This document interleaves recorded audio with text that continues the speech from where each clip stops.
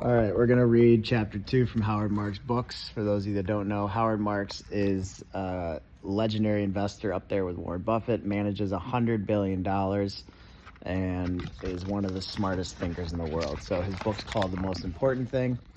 We already read chapter 1, and now we're going to read chapter 2 together. Okay. The 1960s saw the emergence of a new theory of finance and investing. Actually, I'm going to read the chapter title first. Okay, so the most important thing is understanding market efficiency and its limitations. So this chapter is all about the concept that the market is an efficient market. Do I have a bump on my notes? Is that shadow? Okay, anyways. Then there's a quote from Yogi Berra before the chapter starts. It says, "In theory, there's no difference between theory and practice, but in practice, there is." Probably have to read that one again for you. In theory, there's no difference between theory and practice, but in practice, there is. The 1960s saw the emergence of a new theory of finance and investing, a body of thought known as the Chicago School of Thought, because of its origin at the University of Chicago's Graduate School of Business. Howard Marks was a student there in 1967 to 69 and found himself at ground zero for that new theory, and it greatly informed his thinking and influenced his thinking. The theory included concepts that went on to become important elements in investing dialogue: risk aversion, volatility as the definition of risk, risk-adjusted returns, systemic and non-systemic risk, alpha, beta, the random walk hypothesis, and the efficient market theory hypothesis. All of these are addressed in this chapter. In the years since it was first proposed, the last concept has proved to be particularly influential in the field of investing, so significant that it actually deserves its own chapter. And to repeat, that last one is the efficient market theory hypothesis, which is the most important thing according to Howard Marks. So the efficient hypothesis states that there are many participants in the market and they share roughly equal access to all relevant information. In other words, not many secrets. They are intelligent, objective, motivated, hardworking. Their analytical models are widely known, employed, and now with AI, people are even more on top of it, and professional. Another characteristic of the market theory is that because of the collective efforts of all these participants, information is reflected fully and nearly immediately in the market price of each asset. And because market participants move instantly to buy any assets that's too cheap or sell one that's too dear, assets are priced fairly in the absolute and relative to each other. So essentially he's saying the market is smart and knows everything and prices it in very fast.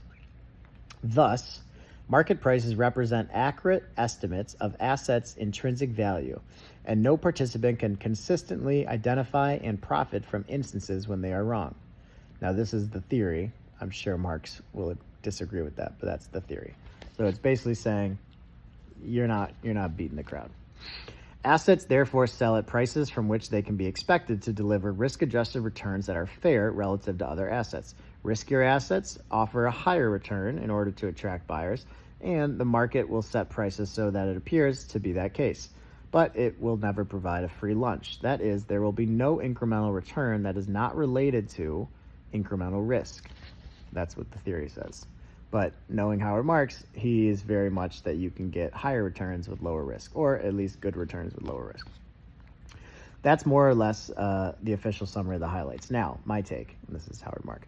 When I speak of this theory, I also use the word efficient, but I mean it in the sense of speedy, quick to incorporate information, not correct. So he's saying, yes, all this new information might get priced in right away, but that's not necessarily saying it's priced in correctly. I agree that because investors work hard to evaluate each new piece of information, asset prices immediately reflect the consensus view of the information's significance. I do not, however, believe the consensus view is necessarily always correct. In January 2000, Yahoo sold at $240 a share. In April 2001, that is 4 months later, it was $11. Anyone who argues that the market was right both times has his or her head in the clouds. It has to have been wrong on at least one of these occasions, but that doesn't mean many investors were able to detect and act on the market's errors. If prices in efficient markets already reflect the consensus, then sharing the consensus view will make you likely to return or earn just an average return. To beat the market, you must hold an idiosyncratic or non-consensus view. The bottom line for me is that although the more efficient market often misvalues assets, it's not easy for any one person working with the same information as everyone else and subject to the same psychological influences to consistently hold views that are differentiated from the consensus and close to being correct.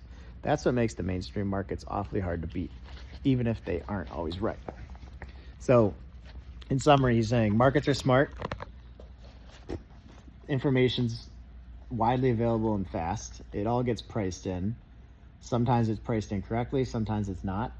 Even if it's not priced incorrectly and you've figured out all that other stuff, you still have to be right and you still have to size your investment correctly. So it's not easy. All right, next paragraph. The most important upshot from the efficient market hypothesis is its conclusion that you can't beat the market. That's what the theory says. Not only was this conclusion founded logically on the Chicago view of the market, but it was buttressed, B-U-T-T-R-E-S-S-E-D, I don't even know, but it was buttressed by studies of the performance of mutual funds. I'm smart. Very few of those funds have distinguished themselves through their results. Okay, so funds are not always able to beat it. Most aren't. What about the 5-star funds, you might ask? Read the small print. Mutual funds are rated relative to each other. The ratings don't say anything about have they beaten an objective standard such as a market index. Okay then, what about the celebrated investors we hear so much about? Which, by the way, he's one of them. First, 1 or 2 good years prove nothing. Chance alone can produce just about any result. Second, statisticians insist nothing can be proved with statistical significance until you have enough years of data. I remember a figure of 64 years, and almost no one manages money for that long. Finally, I'm 33, so 64, I'd be 97. I could do it. It's possible. Don't doubt me. All right. I remember finally, the emergence of 1 or 2 great investors doesn't disprove the theory. The fact that the Warren Buffetts of the world attract as much attention as they do is an indication that consistent outperformance is exceptional. Good point. One of the greatest ramifications of the Chicago, and Buffett does it without talking, he just does it. One of the greatest ramifications of the Chicago theory has been the development of passive investment vehicles known as index funds. If most active portfolio managers making active bets on which securities to overweight and underweight can't beat the market, why pay the price? And so essentially he's saying index funds are just a very cheap way to index everything. Obviously, that's what they are. With that question in mind, investors have put growing amounts in funds that simply invest a market-determined amount in each stock or bond in a market index. In this way, investors enjoy market returns at a fee of just a few hundredths of a % per year. Everything moves in cycles, I'll discuss later, and that includes accepted wisdom. So the efficient market hypothesis moved in a cycle. It got off to a fast start in the 1960s and developed a lot of adherents. Objections have been raised since then, and the general view of its applicability rises and falls. I have my own reservations about the theory, and the bigger one has to do with the way it's linked returns and risks. According to investment theory, people are risk averse by nature, meaning that in general they'd rather bear less risk than more. For them to make riskier investments, they have to be induced through the promise of higher returns. Thus, markets will adjust the prices of investments so that based on the known facts and common perceptions, the riskier ones will appear to promise higher returns. Because theory says in an efficient market there's no such thing as investing skill, commonly referred to today as alpha, That would enable someone to beat the market. All the difference in returns between one investment and another, or between one person's portfolio and another person's portfolio, is attributable to differences in risks. So he's saying the market is just going to do what it's going to do, and if you happen to be taking the right amount of risk at the right time, you will beat the market. But that includes taking more risks than others. That's what he's saying the theory is arguing. He's going to argue against that, I would wager. Okay.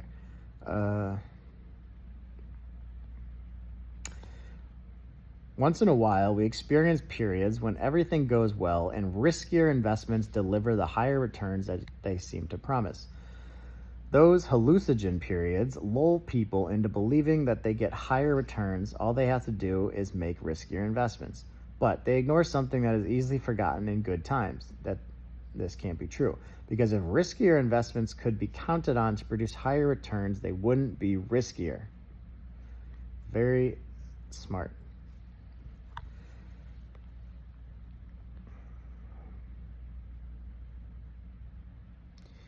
So he's saying people believe that higher returns are a result of riskier investments, but that can't be true, because if they were counted on to produce higher returns, they wouldn't be riskier. Every once in a while, then, people learn an essential lesson. They realize that nothing, and certainly not the indiscriminate acceptance of risk, carries the promise of a free lunch, and they're reminded of the limitations of investment theory. My hand's hurting holding this damn phone. That's the theory and its implications. The key question is whether it's right. Is the market unbeatable? Are the people who try wasting their time? Are the clients who pay fees to investment managers wasting their money? As with most things in my world, the answers aren't simple, and they're certainly not yes or no. I don't believe the notion of market efficiency deserves to be dismissed out of hand. In principle, it's fair to conclude that if thousands of rational and smart people gather information about an asset and evaluate it diligently and objectively, the asset's price shouldn't stray far from its intrinsic value. Mispricing shouldn't be regularly extant, meaning it should be hard to beat the market. I'm going to put my phone down and just read. Okay. In fact, some asset classes are quite efficient. In most of these, the asset class is widely known and has a broad following. Okay, wait. So he's saying, hey, there's asset classes that are really well studied and some that aren't. And so in the ones that are well studied, they're efficient, and these are the characteristics of those asset classes. They are widely known and have a broad following. Okay, semiconductors. They are socially acceptable, not controversial or taboo. Well, I would say data centers are becoming a little controversial. Merits of the class are clear and comprehensible, at least on the surface. Yep, I would say things are clear. And then information about the class and its components is distributed widely and evenly. Pretty much every blog writes about AI. So AI should be a fairly efficient market, according to him. If those conditions are met, there's no reasons why the asset class should systemically be overlooked, misunderstood, or underrated. Take foreign exchange, for example. What are the things that determine the movements of one currency versus another? Future growth rates and inflation rates. Is it possible for any one person to systemically know much more about these things than everyone else? Probably not. And if not, then no one should be able to regularly achieve above average risk-adjusted returns through currency trading. What about the major stock markets, such as New York Stock Exchange? Here, millions of people are prospecting, driven by the desire for profit. They're all similarly informed. In fact, it's one of the goals of our market regulators that everyone should gain access to the same company information at the same time. With millions of people doing similar analysis on the basis of similar information, how often will stocks become mispriced? And how regularly can any one person detect those mispricings? Answer, not often, and not dependably. But that is the essence of second-level thinking. Second-level thinkers know how hard it is to achieve superb results, and they have an edge in either information or analysis or both. They are on the alert for instances of misperception.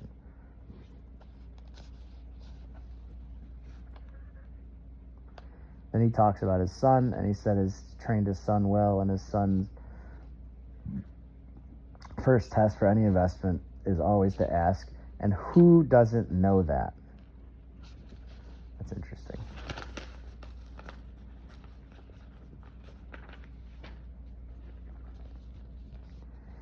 In the vocabulary of the theory, second-level thinkers depends on inefficiency. The term inefficient, right, so the first-level thinkers are depending on market efficiency, second level is looking for inefficiency. The term inefficiency came into widespread use over the last 40 years as the counterpoint to the belief that investors can't beat the market. To me, describing a market as inefficient is a high-flown way of saying the market is prone to mistakes that can be taken advantage of. Where might errors come in? Let's consider the assumptions that underlie the theory of efficient markets. There are many investors hard at work, intelligent, diligent, objective, motivated, well-equipped. They all have access to a ton of information, and they're all open to buying, selling, shorting, whatever it is. For those reasons, theory says that all the available information will be smoothly and efficiently synthesized into prices and acted on whenever price-value discrepancies arise, so as to drive out those discrepancies. But it's impossible to argue that market prices are always right. In fact, if you look at the four assumptions just listed, one stands out as particularly tenuous: objectivity. So he's saying people are intelligent, diligent, motivated, well-equipped, and objective. And he's saying the first four are true. The last one cannot always be true.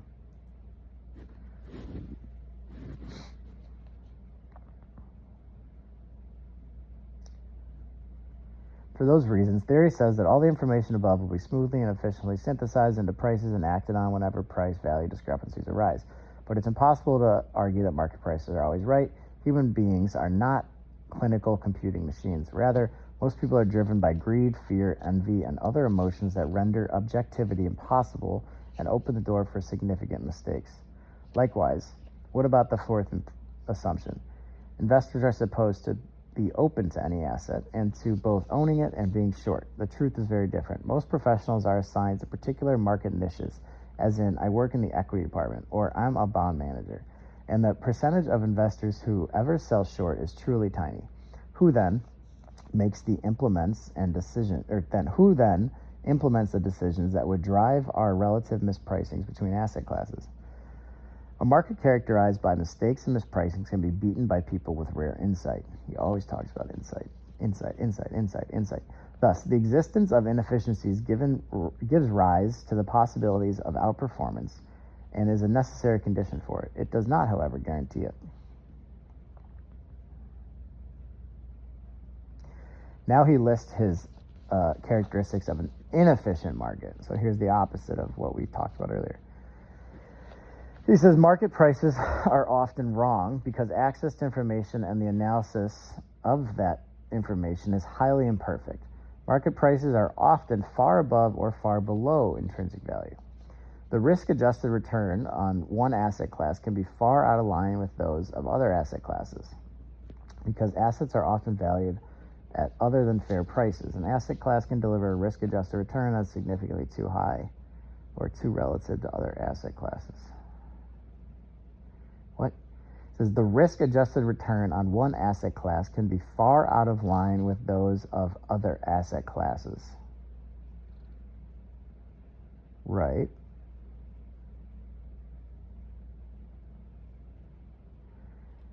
The risk-adjusted return on one asset class can be far out of line with those of other asset classes because assets are often valued at other than fair pricings.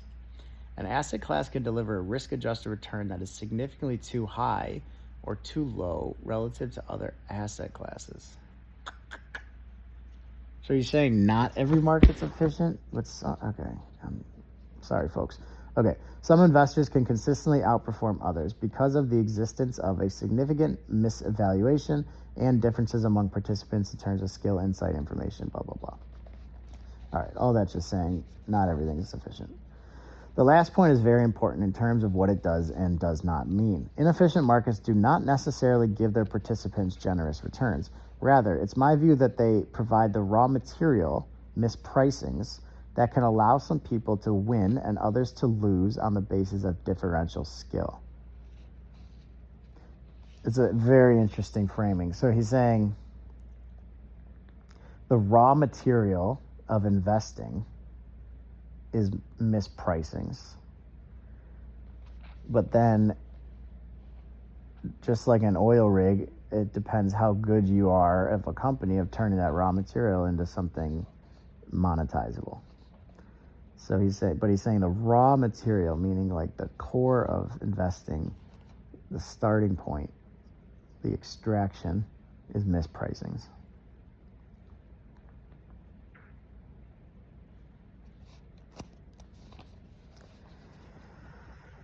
In the great debate over efficiency versus inefficiency, we've got, by the way, only 2-3 pages left.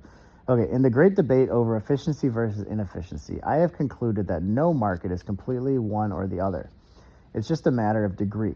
I wholeheartedly appreciate the opportunities that inefficiency can provide, but I also respect the concept of market efficiency. And I believe strongly that mainstream securities markets can be so efficient that it's largely a waste of time to work at finding winners there. In the end, I've come to an interesting resolution. Efficiency is not so universal that we should give up on superior performance. At the same time, efficiency is what lawyers call a rebuttal presumption, something that should be presumed to be true until someone proves otherwise. That's a great way to frame it. So he's saying, just assume everything's efficient, but try to look to make sure if it's not. And if it's not, then you can invest in it if it's the right one. Therefore, we should assume that efficiency will impede our achievement unless we have good reasons to believe it won't in the present case. Gotcha. So, interesting. So the default assumption is efficient. The alpha's made inefficient. Respect for efficiency says that before we embark on a course of action, we should... All right, hang on there. We're almost done. We should ask some questions. Have mistakes and mispricings been driven out through investors' concerted efforts, or do they still exist, and why? Think of it this way. Why should a bargain exist despite the presence of thousands of investors who stand ready and willing to bid up the price of anything that's too cheap? Why? If the return appears so generous in proportion to the risk, what might you be overlooking? Some hidden risk? Why would the seller of the asset be willing to part with it at this price, from which it will give you an excessive return? Great questions. Do you really know more about the asset than the seller does? If it's such a great proposition, why hasn't someone else snapped it up? Something else to keep in... Those are tough questions when you're in the heat of it, because those are all the things that make you not want to buy it when you should buy it. Something else to keep in mind. Just because efficiencies exist today doesn't mean they'll remain forever. Let's answer these 5 questions with Meta. Take a little detour. Okay, so why should a bargain exist on Meta despite the presence of thousands of investors standing ready and willing to bid up the price of anything that's too cheap? Well, I don't know, but it's happened multiple times with the metaverse and the other trials when Meta dipped, and those were great times to buy. So I don't know why it happens. If the return of Meta appears so generous in proportion to the risk, what might you be overlooking? What's the hidden risk? I mean, the obvious risk that everyone's looking at is that they make all this money and then they spend it on stupid shit, which could be right or wrong. We don't know how they're going to monetize data centers and all that. The hidden risk, I mean, regulation is a risk, but it's not hidden. I guess the hidden risk would be the advertising market falling out, but that's not a hidden risk because it's 97% of their profits. So a hidden risk would be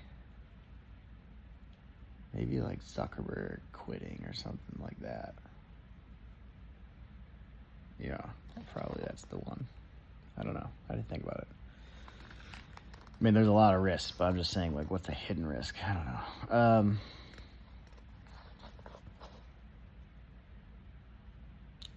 Maybe there's hidden debt, something like that. All right. Why would the seller of Meta be willing to part with it at a price from which it will give you an excessive return? People are discounting the company because they think this data center stuff's nuts. Do you really know more about Meta than the seller does? Realistically, probably. I worked there, or I used to work there. If it's such a great proposition, why hasn't someone else snapped it up? Mag 7's out of favor? I don't know. These are great questions. Okay. Bottom line, inefficiency is a necessary condition for superior investing. Attempting to outperform in a perfectly efficient market is like flipping a fair coin. The best you can hope for is 50-50. For investors to get an edge, there has to be inefficiencies in the underlying process, imperfections to take advantage of. Now let's say there are. That alone is not a sufficient condition for outperformance. All that means is that prices aren't always fair and mistakes are occurring. Some assets too low, some too high. You still have to be more insightful than others in order to regularly buy more of the former than the latter. Many of the best bargains at any point in time are found among the things other investors can't or won't do. Let others believe markets can never be beat. In investment theory, is investment theory with its notion of market efficiency the equivalent of a physical law that is universally true? Or is it an irrelevant ivory tower notion to be disregarded? In the end, it's a question of balance, and balance comes from applying informed common sense. The key turning point, last page, in Howard Marks' investment management career came when he concluded that because the notion of market efficiency has relevance, he should limit his efforts to relatively inefficient markets where hard work and skill pay off best. Theory informed that decision and prevented him from wasting his time in the mainstream markets. But it took an understanding of the limits of the theory to keep him from completely accepting the arguments against active management. Here's his final closing. In short, I think theory should inform our decisions but not dominate them. If we entirely ignore theory, we can make big mistakes. We can fool ourselves into thinking it's possible to know more than everyone else and to regularly beat heavily populated markets. We can buy securities for their returns but ignore their risk. We can buy 50 correlated securities and mistakenly think we've diversified. But swallowing theory whole can make us give up on finding bargains. Turn the process over to a computer and miss out on the contributions skillful individuals can make. The image here is the efficient market believing finance professors who takes a walk. The image here is of the efficient market believing finance professor who takes a walk with a student. The student asks, "Is that a $10 bill lying on the ground?" The professor says, "No, it can't be a $10 bill. If it were, someone would have picked it up by now." The professor walks away. The student picks it up and buys a beer. I love Howard Marks. All right, thanks for listening. Subscribe.